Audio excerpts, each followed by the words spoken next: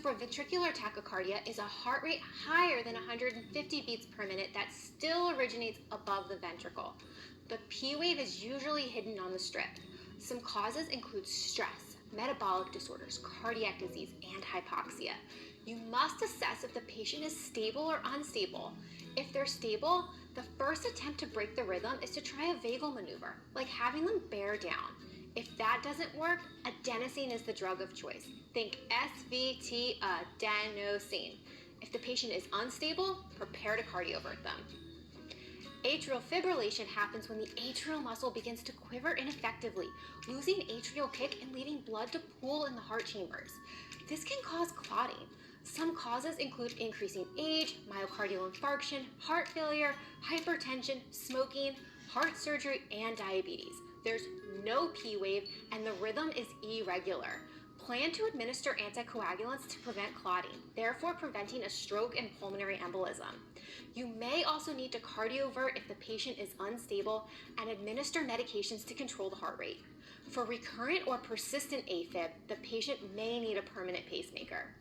Premature ventricular contractions, or PVCs, show up on a strip as a weird-looking, very wide QRS complex beat that comes from low in the ventricles.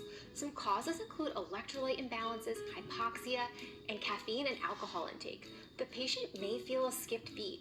To treat PVCs, the goal is to address the underlying cause. A few PVCs per minute isn't a cause for concern, but if there are several in a row or more than a few, be sure to investigate further.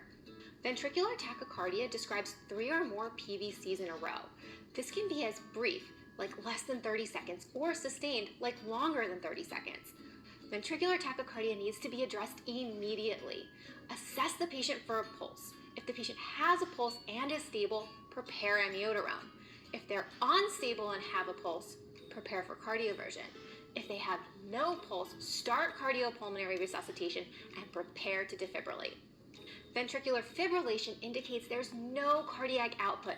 It's chaotic and there will be no pulse. Start CPR and prepare to defibrillate. Think VFib equals DFib. Asystole is a flat line on the strip. Check your patient for proper lead connection while checking their pulse. If asystole is confirmed, start CPR and call for help. Epinephrine will be the first line drug for a patient with asystole. Knowing these rhythms can save a life. The more you practice interpreting strips, the better you'll get and the faster you can read them.